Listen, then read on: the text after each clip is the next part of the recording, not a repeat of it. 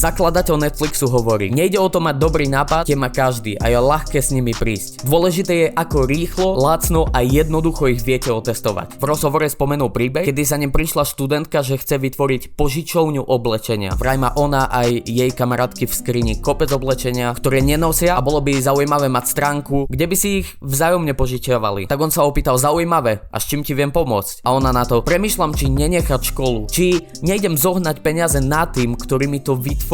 On ju stopol, že počkaj, je to dobrý nápad, ale poďme zistiť, či ho ľudia skutočne chcú. Rýchlo, lacno a jednoducho. A tak sa jej opýtal: máš papier, fixku a pásku? Ona, že jasné. Super, tak teraz napíš na papier: chceš si požičiať moje oblečenie? Zaklop. A prilep to na svojom internáte na dvere. Takto za 24 hodín zistíme, či tvoj nápad funguje a či niekto zaklope. Ak nie, tak práve si zistila veľmi dôležitú lekciu, že možno ten nápad nie je taký super, ako si myslíš, že je. Či už začína s tvorbou alebo podnikáš, mocná lekcia od mocného človeka.